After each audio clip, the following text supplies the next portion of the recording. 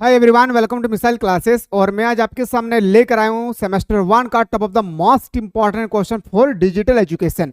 यानी digital education का top of the most important question जो आपके एग्जाम पे पूरी क्वेश्चन आने की संभावनाएं होगी, वैसे प्रश्न मैं आपके सामने लेकर आया हूँ। और ये पार्ट को मैंने दो भागों में डिवाइड किया है। एक होगा सर हमारा थ्योरी पार्ट, एक होगा हमारा एमसीक्यू। और एमसीक्यू को भी मैंने दो पार्ट में डिवाइड किया है।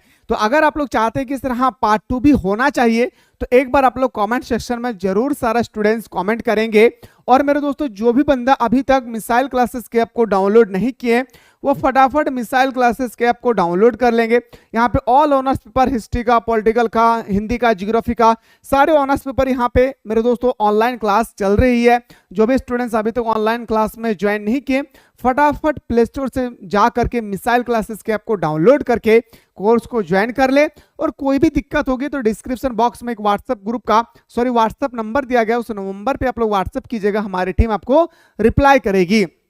तो चलिए मेरे दोस्तों, क्लास को स्टार्ट करते हैं। मैं सेमेस्टर 1 का इसलिए मैं बता रहा हूं क्योंकि मेरे दोस्तों हमारा एग्जाम बहुत ही जल्द स्टार्ट होने वाले हैं। पहला क्वेश्चन है सर, कंप्यूटर दिमाग कौन है? यानी कंप्यूटर का दिमाग, अक्सर हम लोग बोलते हैं ना कि हमारा इंसान का दिमाग, ब्रेन यहाँ पे है। तो हमारे जो कंप्यूटर है वो भी तो इंसान की तरह कार्य करती है ना भाई।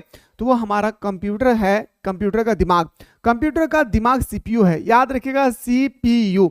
अब जैसे सीपीयू शब्द आई सर, हमारे माइंड में क्वेश्चन आया कि एक्चुअली सीपीयू है क्या। मेरे दोस्तों, आप लोगों ने मॉनिटर देखा होगा ना भाई। मॉनिटर जो हमारा एलईडी टाइप की होती है, उसको मॉनिटर है। वो सिर्फ हमें दिखाती है क्या, जो चीज हम यहाँ पे इंडिकेट करते हैं, इसे याद रखिएगा सीपीयू के माध्यम से वही चीज हमें वहां पे जाकर दिखाते हैं।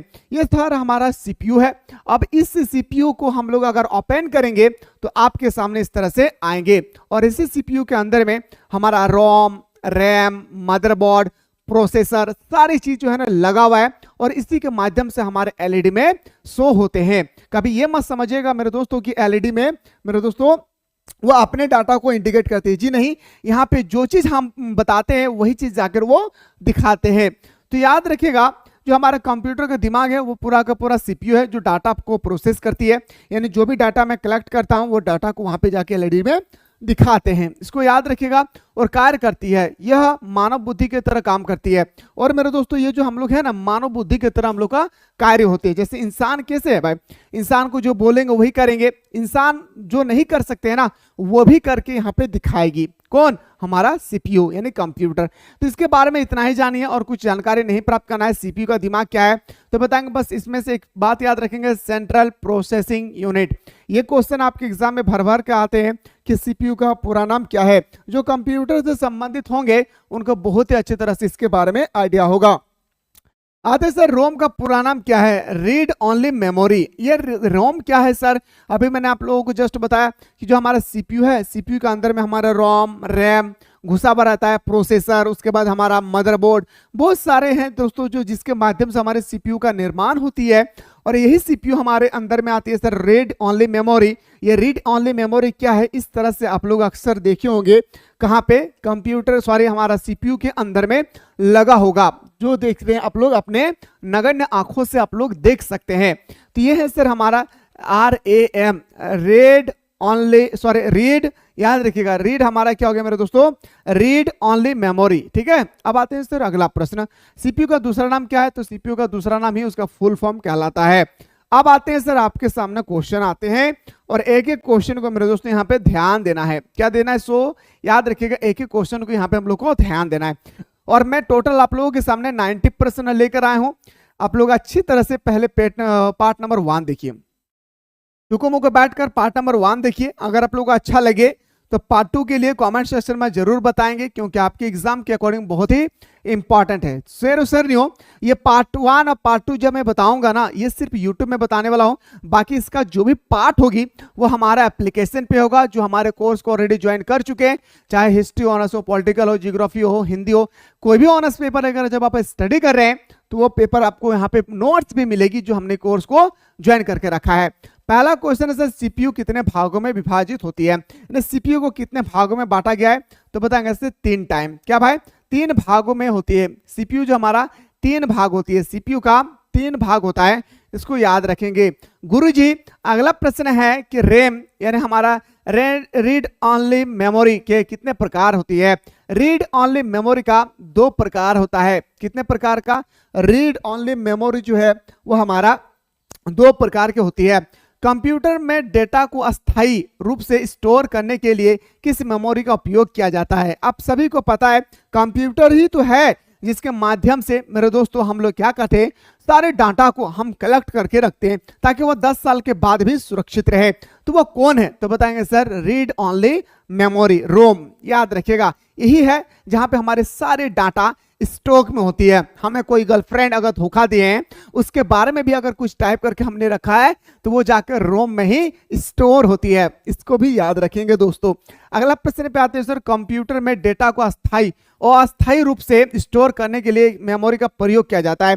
अब यहाँ पे जो क्वेश्चन नंबर आप लोगों से 4 पूछा गया, गुरुजी थोड़ा सा ध्यान देंगे। अस्थायी रूप से अभी मैंने क्वेश्चन डिस्कस किया था सॉरी, अस्थायी रूप से तो रोम हमारा होगा, लेकिन अगर आपसे यही चीज क्वेश्चन पूछा जाएगा अस्थायी रूप से तो बताएंगे सर हमारा रैम हो जाएगा। ठीक, रीड एक्सेस मेमोरी। ठीक है, read access memory, option number A हमारा सही उत्तर हो जाएगी। कंप्यूटर को बिना डिवाइस ड्राइव करने के काम के लिए क्या करना होगा?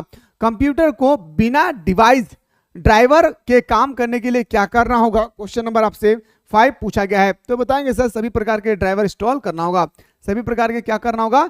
ड्राइवर इंस्टॉल करना होगा। ऑप्शन नंबर हमारा सी इसका सही उत्तर हो जाएगा। गुरुजी अगला क्वेश्चन है कि फोल्डर क्रिएट करने के शॉर्टकट की क्या है? अच्छा, ये जो हमारा है ना भाई, थोड़ा सा नजर दौड़ाएंगे, ये हमारा फोल्डर है भाई। क्या है भाई? याद रखेंगे ये हमारा क्या है? फोल्डर है। थोड़ा सा आप लोग देखेंगे ये जो हमारा है ना भाई, ये हमारा क्या है? फोल्डर है। ये सब दिख रहा है ना एक तरह का? देखिए मैंने फोल्डर बना के रखा, न्यू फोल्डर दिख रहा है ना आप लोगों को येलो कलर का?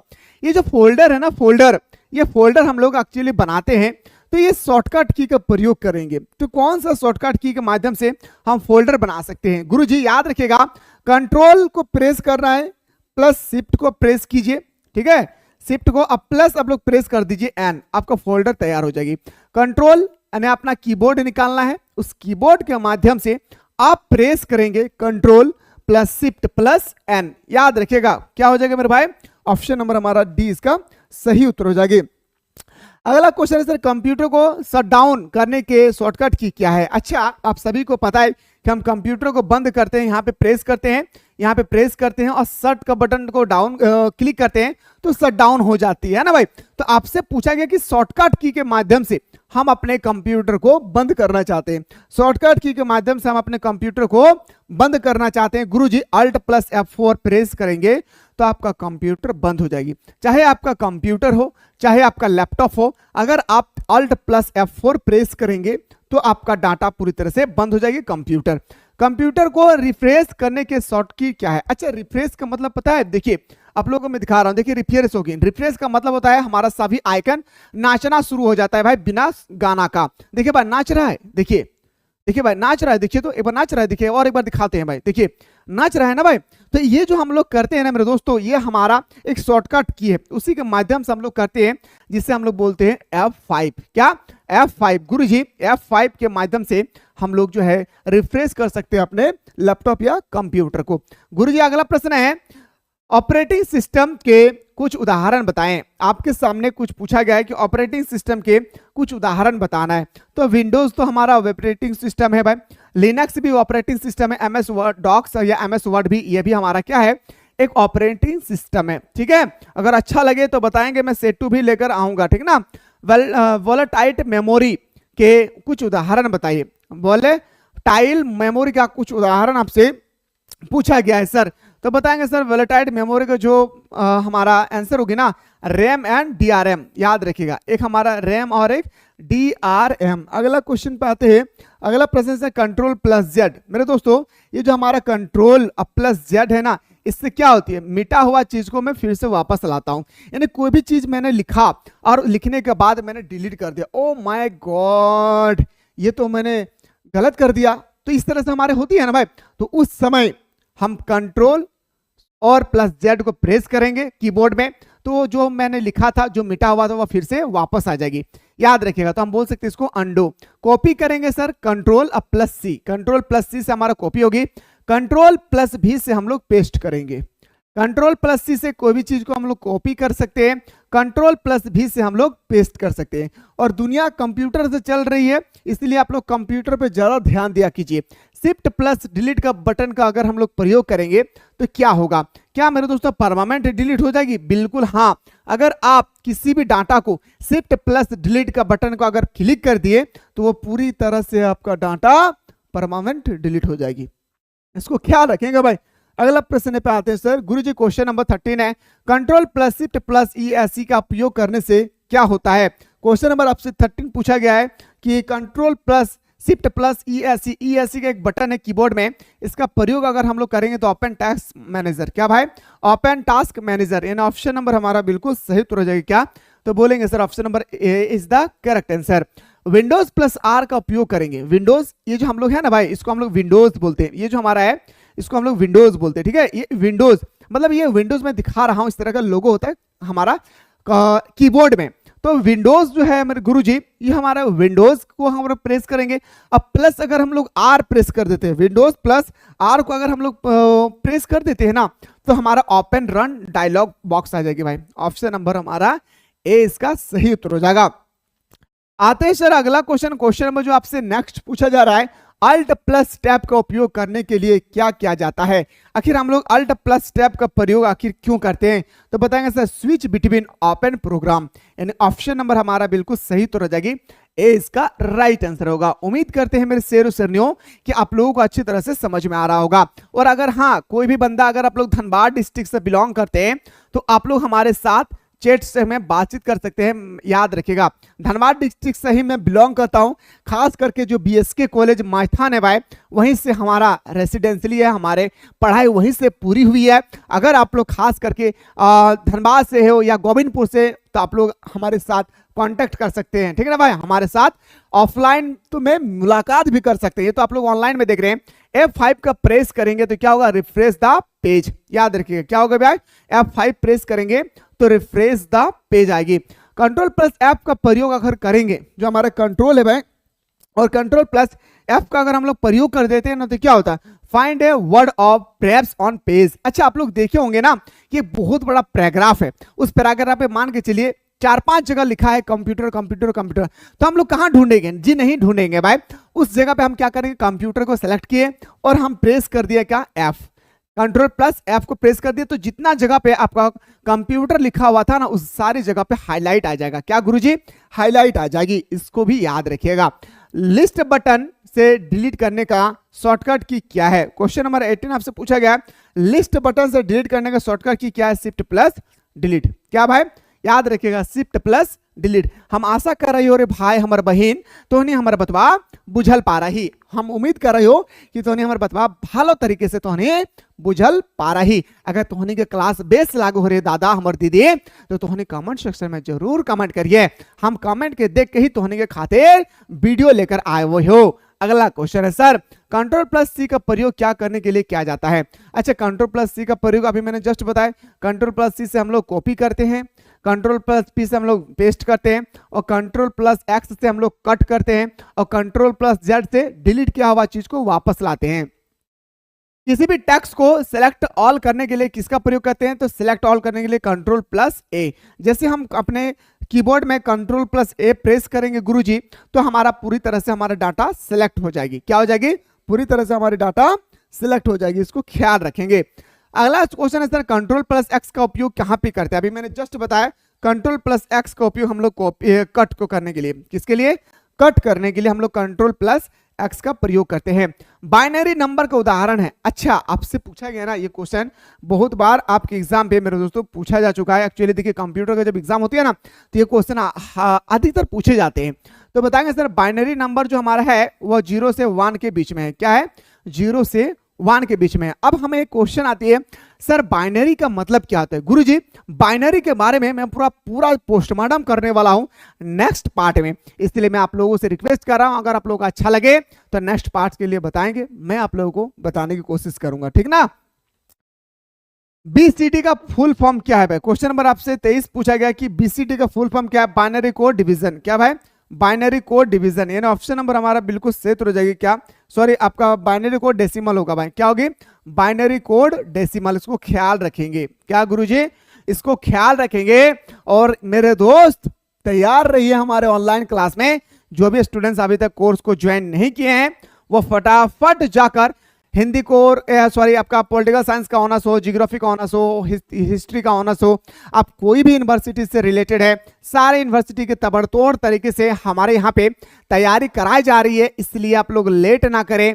गुरुजी जल्दी से प्ले स्टोर से मिसाइल क्लासेस के ऐप को डाउनलोड कर लीजिए और डाउनलोड करने के बाद कोर्स को ज्वाइन कीजिए और हमारे साथ हर एक दिन ऑनलाइन क्लास के माध्यम से आप लोग बेहतर से बेहतर, कम से कम पैसा में शिक्षा को प्राप्त कर सकते हैं।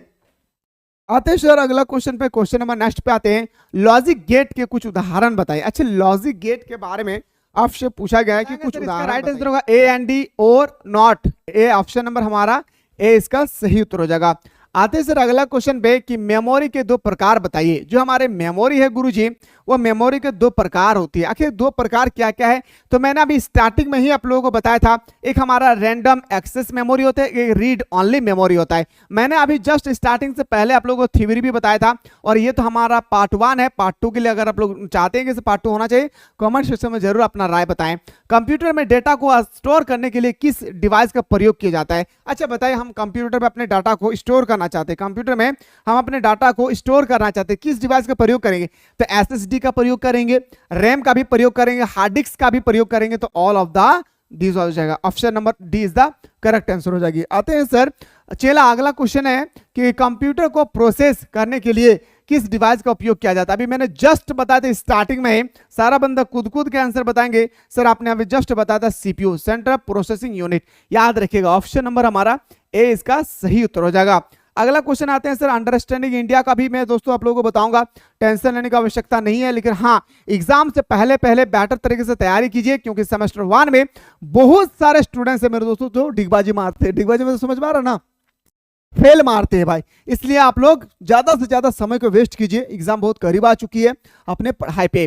कंप्यूटर में डेटा को इनपुट करने के लिए किस डिवाइस का उपयोग किया जाता है। कंप्यूटर में डाटा को इनपुट करने के लिए मेरे दोस्तों हम लोग जो प्रयोग करते हैं वो है हमारा कीबोर्ड, माउस, स्कैनर। तभी जाकर हमारे डाटा मेरे दोस्तों क्या हो सकती है, इनपुट हो सकती है। और कहना अपने माँ से कि माँ तेरे पसीने की हर एक बूंद को मैं मोती सा चमकाऊंगा, तू सपने बड़े देखना मैं पूरा करके दिखलाऊंगा, है ना भाई। पूरा करके दिखलाना अपने माता पिता को, अपने सपना को। कंप्यूटर में डेटा को आउटपुट करने के लिए, अभी इनपुट करने के लिए मैंने बताया, अब आउटपुट करने के लिए आपसे पूछा जा रहा है कि आप आउटपुट करने के लिए किस डिवाइस का प्रयोग किया जाता है। गुरुजी आउटपुट करने के लिए हमें सबसे पहले मॉनिटर चाहिए, प्रिंटर चाहिए और स्पीकर चाहिए, है ना। ऑप्शन नंबर हमारा क्या हो जाएगी, option number D is the correct answer हो जाएगा। आते हैं सर अगला क्वेश्चन है कंप्यूटर को नेटवर्क से कनेक्ट करने के लिए किस डिवाइस का उपयोग किया जाता है। अच्छा, कंप्यूटर को हमको नेटवर्क से, याद रखिएगा क्या करना है, कंप्यूटर को नेटवर्क से हमें कनेक्ट करना है। इसके लिए हमें किस डिवाइस का प्रयोग करना होगा गुरुजी, मॉडेम का, राउटर का और हमारा स्विच का। ऑप्शन नंबर हमारा याद रखिएगा D is the right answer हो जाएगी।